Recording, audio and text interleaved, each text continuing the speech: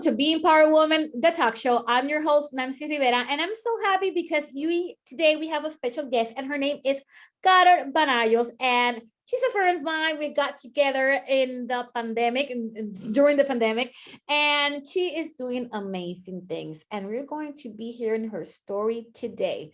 Hi, Carol, how are you? Hello, Nancy. Thank you so much for having me on the show. And hola, everyone. I love that. I love her energy. So let's start by that. So I do know who you are and what you do, but let's share a little bit about who is Carol and what exactly are you doing? Okay, so whenever anybody asks me who I am, I kind of state that I am a spiritual being having a human experience here on earth, and that I grow and develop based on the experiences that God gives me or the experiences that I choose. And that helps me grow and evolve to a better version of myself. And I would define myself as a multifaceted expression exhibitionist, meaning that I explore and express all aspects of myself. So whether that be shy, weak, confident, sexual, a leader, a mentor, all those different aspects, the darkness and the light, I allow myself to express all of that. And what I do on this world to help serve others is I coined that I'm an archaeologist of the mind, body, and soul. So what that means is that I can dive deep down into a person's being, uncover their trauma, when it happened, why it's holding them back in their adulthood, and even uncover things that they may not even realize, as well as identifying their genius and purpose and passions in life. So that's love it. That's a simple way to say that you're a lot of things. Yeah. But let's go to the backstory. What was your motivation? I mean, what was that moment that you say, you know what, I need to use maybe my story to help other people? Well, I can sum it up in a quote that I read when I was actually in prison. And the quote was that the best students get the hardest test. And so what that means is that it's not to be a student of scholastic endeavors, it means to be a student of life. And so throughout my whole life, I experienced such pain and trauma and such tumultuous times. And I didn't really understand it at that moment, but I realized that I made myself an object of study, which is the book that I wrote, in order to go through my healing process, and in turn that I would use that to help other people empower themselves rather than be dependent on external factors to help solve their issues. Love that. And I know that we have shared our story, and we have some similar things that we went through when we were growing up. And I would like to say that this program is going to be titled From Helpless to Empower. Because it is true, like you said, sometimes we get through very bad situations, very bad experience, and it's because we are going to use that happened to us just to empower other people. And if we go through that process, we can actually make that connection with the person. So let's talk a little bit about that. Let's talk about how from helpless, because you went through a lot of things, you don't have to share everything, but you did go through a lot of things, how you became this empowered woman who is actually helping other people. Yeah, because I think a lot of the times, when we go through childhood, like we had a similar experience where we go through, I was physically abused by my dad, and in the household, there was never any kind of sense of love and expressing that love. And then that went into adulthood to kind of go seek relationships where people are unemotionally available. And then there's layers upon layers of identities and false limiting beliefs, because you don't feel that you're good enough. And I think there's one clear aspect that I can remember, that when I was working in the government, I was severely depressed. I would lie down every Sunday evening, riddled with anxiety, not wanting to go to work. And I would go to work looking like shit, wearing like sweats, you know what I mean? Brown colored sweats, looking like shit. And then all of a sudden, and no one ever told me that, hey, Carol, I think there's something wrong. Like, you're coming to work in sweats and Crocs. Like, I think, can I help you with something? But everyone left me alone. And it wasn't until I realized, like, I don't want to be like this anymore. So I went to the doctor and I said, something's wrong with me. I can't seem to get myself out of this funk. I just want to lay in bed and all those other things. And she said, okay, well, the only thing that we can do for you is to give you prescription pills, like, for your depression. And then at that moment in time, I either told her to fuck off, or I left, and the realization was that no one is responsible for your happiness, your success, and your joy, only you. So I took it upon myself in that moment in time to develop myself personally and spiritually, not really knowing how to navigate through these tumultuous times, but just knowing that I'm the one that's responsible and that was willing to go through whatever suffering and pain in that moment that I needed to, because I did not want to have to suffer for the rest of my life. And I think the number one thing that people need to realize is that they're not their past, they're not their limiting thoughts, they're not any of those feelings, or even this body. These are all aspects of how you function in this world as a human being. And once you identify yourself with a certain, I'm this doctor, I'm a mother, I'm a father, then you limit the capacity for you to expand and evolve into this beautiful human being. True. And as you say, I grew up in a very poor house. And when I say poor, it's not that we were struggling exactly with money, at least until I was like 12 years old. And I was also abused. I mean, there were so many things, so many negative things going around my life, that once I got into, I got pregnant, I was like 20 years old. And I decided that that was my moment. That was my moment when I say, you know what, I'm going to bring to this world another human being. And I do not want my daughter to experience not even half of what I experienced. So that, for me, that was my moment. That was the moment that I decided that I want to transform my life. But still, I was struggling. I was going through a lot of other things, and I was like trying to be a good mom, trying to be a professional, trying to be that person that other people wanted to like see in me. And when the moment that I decided, this is what I want, this is how I want to help other people, this is what I am passionate about, and I decided to say, okay, this is not being selfish, this is being self-love. I mean, this is self-love. That's the moment that I think that it hit to me, and I started to like do all the things that I do right now. That was my moment to be very, very empowered. And still today, we're still struggling with things, yes, we're dealing with things, yes, but we know that whatever negative goes through our life is because we have to use it as a tool to maybe help other people. Yes, and it's beautiful you say that, because in experience such painful times, that allows you to build the capacity to deal with future struggles. And there's this amazing quote that I love by Arnold Schwarzenegger. He says that you have to learn to love the pain that makes you a champion.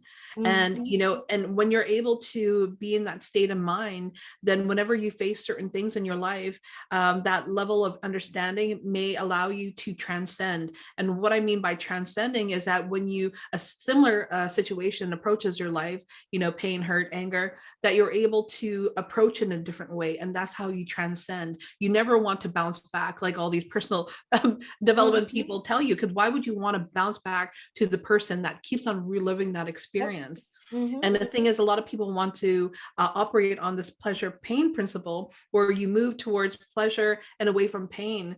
But pain is the ability to allow you to grow in such ways and ignite those aspects of you that lay dormant, to really know what you're made of. You don't know, and you can't push the envelope unless you know what you're capable of.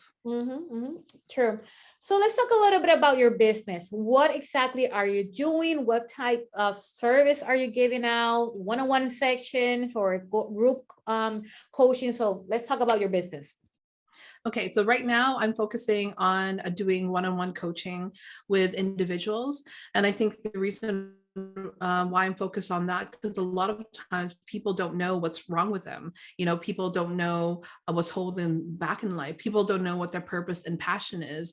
And I provide this safe place where people are seen, heard, loved, and understood and cared for. And since I do have psychic and clairvoyant abilities, I don't need to know anything about you. I just kind of tune into your energy and your being, and I'm able to uncover that. And I think when people know the starting point or aware of what's currently holding them back, then they'll know what direction that they need to take. And then I also do book publishing as well. So when I connect with an individual, I can, see and foresee, and Spirit gives me the title, all the table of contents, and I extract that information from people, because I do believe everyone is a genius and they need to express and share their genius with the world to help humanity progress forward into a better place. Love it, love it. So, what advice would you like to give to our audience? I mean, what of all the things that you've been working on, what advice you think that is going to be helpful for our audience? I think the best advice that I can give is to make yourself an object of study. And when you make yourself an object of study, then you can reduce your own human suffering. And that's the reason why I wrote that book, because when you think about it, from the moment of conception all the way to adulthood and getting married and have children, where in that span of time did you learn about yourself, to love yourself, to deal with your pain and your emotions? So many people spend countless years in education, but no one has ever taught those skills. And the thing is, you have to take it into the reins of your own hand and responsibilities, because like I said earlier, you're the only one that's responsible for the joy, happiness, and success of your life. And people say focusing on yourself is selfish, but I don't think it's selfish. I think it's a privilege to be able to work on yourself. It's a privilege. And I think once you are able to make yourself a better person, then I think that energy will spread out to other people, and this can make this world a better place, because we are no longer competing for things that are not truly for us, because once we know ourselves, we are aligned with what we want to pursue in life.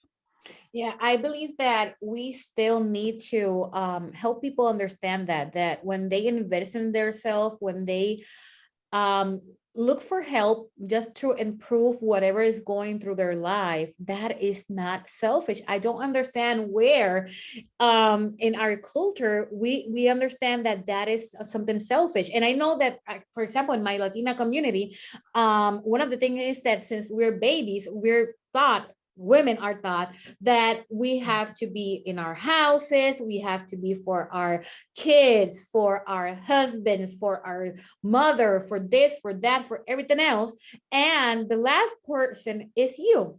And I'm changing that and I'm trying to around my projects help women understand that is not true. If you are not doing well, if you're not okay, if there are things that you want to do and you're still not doing it, then the people that are around you are not going to feel your full thing. I mean, you have to be okay with you. You have to love yourself. You have to understand your value and respect yourself so that you can actually spread that to the people that surround you. Yeah. And it's beautiful that you say that, because the thing is, people need to realize, like I mentioned, when you're a baby and child, we're taught about so many things other than ourselves. And in the educational system, we're not, it's not to promote and identify people's intelligence, is to promote complacency. So you're asked questions, raise your hand, you're taught these subjects, you're tested on those subjects, but you're never kind of pushed towards to dive into the depth of your creativity, to speak up. And if you speak up and you're too loud, then you have some kind of mental issues. And so, and even society, even as a woman, you're supposed to be like this. You have to present yourself this way. You can't be outspoken. If you're outspoken, you're a bitch or you're bossy. And I think when you break that mold and you are privileged enough to take time to work on yourself, then you can create whoever being you want, but then do it in a way that's authentically you and not what you think you need to be, because you'll be liked more. Mhm. My son, he is in sixth grade and he is 12 years old, but he is like an old man. And we were having this conversation like maybe 2 or 3 weeks ago. And he says, Mom, I hate school. I just hate school. And I went, "Well, you cannot hate school. I mean, you're still in sixth grade. You got to finish high school. You got to go to college." And I heard myself and I was like, oh my God, I'm doing Yeah. exactly what I tell people not to do because we are like, Yeah. we are in that mode all the time, right? But my son said something very interesting. He said, you know what? Is that I don't understand why we have to go to school. Why do I want to know how many parts does a triangle have? Or why do I need to understand this or that or that? Why they cannot teach us the basic things? And those basic things also goes to when we're maybe in high school. Why can they teach us how to do our taxes? Why don't they teach us how to save money? Why don't they teach us how to choose the best career? And Mm. I was like, oh my God, I created a little monster, but it's true. He is Yeah. right. He is right. Yeah. And I think being on that spectrum where I've been all my Mhm, life, I was conditioned to believe the dream that you go to university. I went to university for 7 years, got 2 degrees, and worked mhm. in the government for 7 years, and I thought that was success. But Yeah. when I awoke the fuck up, I realized that I was miserable. I was following Mhm, other people's ideologies of what it really was to make it. And once you break that mold, you know what I mean, mhm. you realize that, whoa, I can actually bet on myself. I can invest in myself and make me the best person that I can ever be, so I can help others and humanity and make this world a better place. Yeah, and the other thing is that you have to be employed. If you're not employed in Mm. in this company or in the government, then you're not successful. But wait, I'm helping to another person build his dream. When is my time to build my dream? Mm.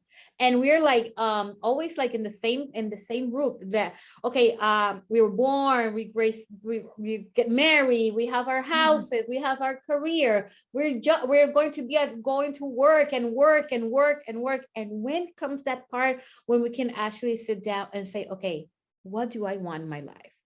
Is this Mm. okay to like move? I remember the first time that I said to my family, okay, I'm going to quit. What is your plan? I don't know. I'm going to quit. I don't want to work for anyone else. Yeah. But you're crazy. You're like a single mom who's going to feed your kids. I don't know. I'm going to quit. I cannot Mm. be working and trying to build my business because I'm going to get insane. So I quit. And I decided to quit. Let me tell you something. All the things that I was doing it with a full-time job. So it Mm. was crazy. I decided to quit last year on June. And have I struggled Congratulations. a little bit? A little bit. Um, was it the thing that I was thinking that is was going to be like the financial part?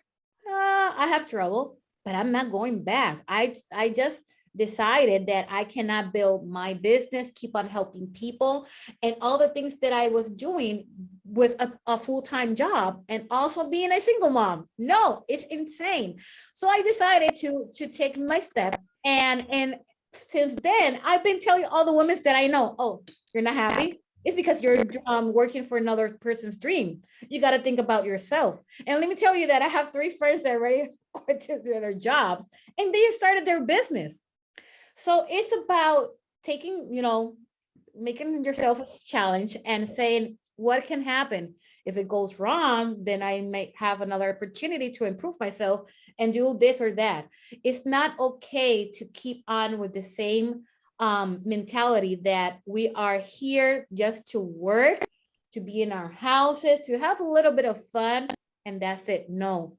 If you're working like that, you're working like a robot, not like a person who have a life purpose.